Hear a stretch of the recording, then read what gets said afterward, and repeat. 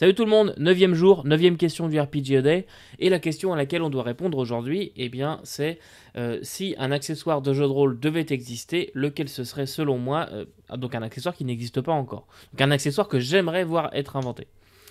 Honnêtement, un accessoire qui n'existe pas déjà, j'en ai pas à vous donner. Je parle d'accessoires physiques, donc je parle pas de logiciels ou de choses comme ça. Je parle vraiment d'accessoires physiques.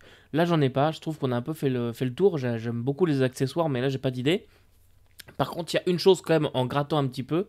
Il faut savoir que si vous suivez la chaîne, vous le savez déjà, mais moi je joue majoritairement en distanciel. 95% de mon activité de rôliste se fait en distanciel. Bon, ça c'est un point important, puisque le distanciel a plein d'avantages, mais a aussi ses petites frictions. Donc en réfléchissant un petit peu à la question du jour, j'en suis venu à la conclusion que à une chose que j'aime bien voir être inventée, ou plutôt être popularisée, ce sont des dés physiques que l'on jette et qui ont un effet et un impact sur le VTT que l'on utilise, sur la plateforme que l'on utilise. Je sais qu'il existe des dés qui s'appellent GoDice qui permettent de se connecter en Bluetooth à une tablette, je sais pas quoi. Ça coûte assez cher quand même, c'est genre 30$ le dé 20. Et vous jetez vos dés et puis hop, ça envoie l'information via un logiciel. C'est connecté en Bluetooth à votre ordinateur et ça l'envoie via API dans Foundry, etc. Je sais qu'il y a un module Foundry pour ça, il y a une vidéo qui tourne sur internet. Donc vous jetez vos dés en physique et ça va agir dans le VTT. Donc ça c'est bien, mais un, ça coûte très cher.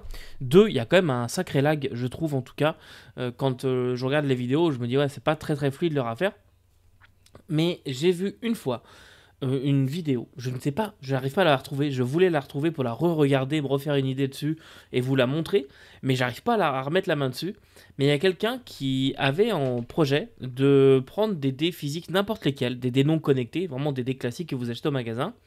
Il y avait une espèce de lampe, il jetait ses dés sous cette lampe et ça allait lire le résultat, donc la face du dessus, et hop, ça l'envoyait sur son application et ça l'envoyait au VTT.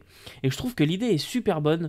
Honnêtement, si quelqu'un s'y connaît en électronique, moi je veux bien développer le reste, mais je ne sais pas faire d'électronique. Donc ça, c'est pas quelque chose que je pourrais faire, mais je trouve que l'idée est super bonne.